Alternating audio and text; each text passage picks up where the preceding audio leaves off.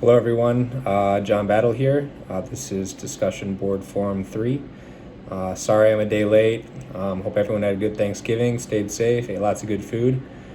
So for the thread today, we need to describe some of the advantages of using the flight plan function as opposed to the direct to function. I've used both. The planes I fly in don't have the G1000, but I am able to create a flight plan and use direct to. More often than not, if I am going like I got a cross country, or if I'm going further than 50 miles from the airport, I usually use the flight plan function. Direct to does come in handy as well, but more often than not, I'm using the flight plan function.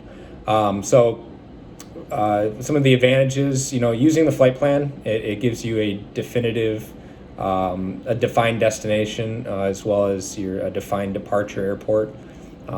It's a defined route that is distinct based on the waypoints that you input, rather than just flying from your present location using the direct to function.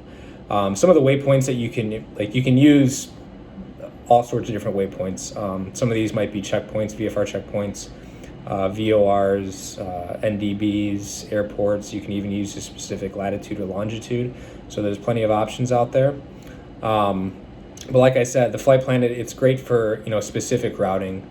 It can be really helpful, maybe if you're flying around certain terrain.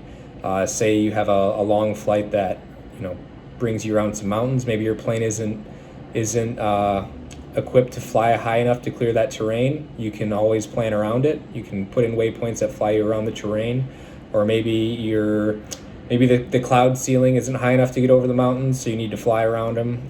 That's another way to use it. So it's really good for avoiding terrain. It's also a good way to fly around certain airspace. Maybe you don't want to fly into the busy Class Bravo airspace.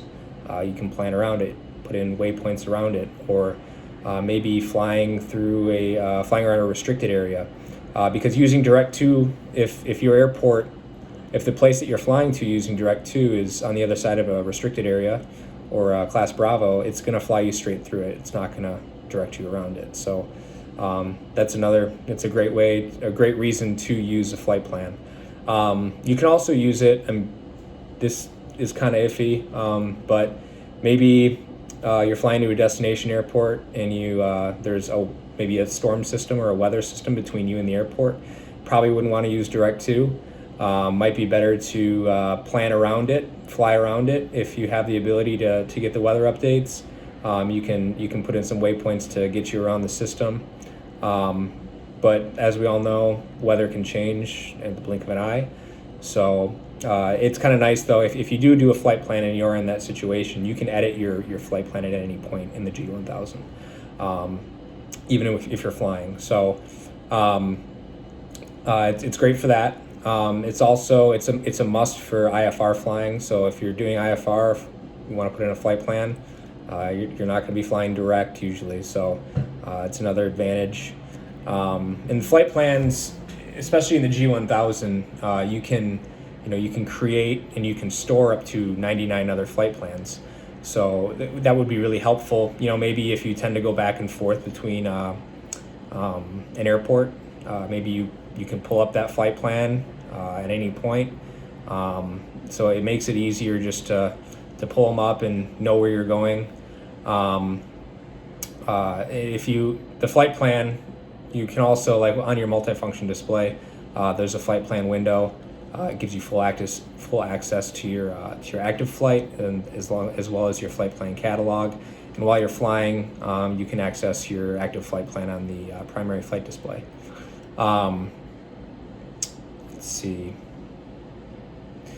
Yeah, so those are some of the advantages. The nice thing about flight plan too is you can always use the direct to on your flight plan. So maybe if say you get off course on one of your legs and you want to fly directly to the next waypoint, you can use it for that in your flight plan. You can also use it to skip ahead in your flight plan. Maybe you want to fly to a later waypoint. It'd be a good reason you could use direct to for that. But direct to, especially in your flight plan, it's a good way to deviate from your plan if you need to. So direct to is an option while flying using the flight plan function. But yeah, those are some of my advantages for using a flight plan. Thank you.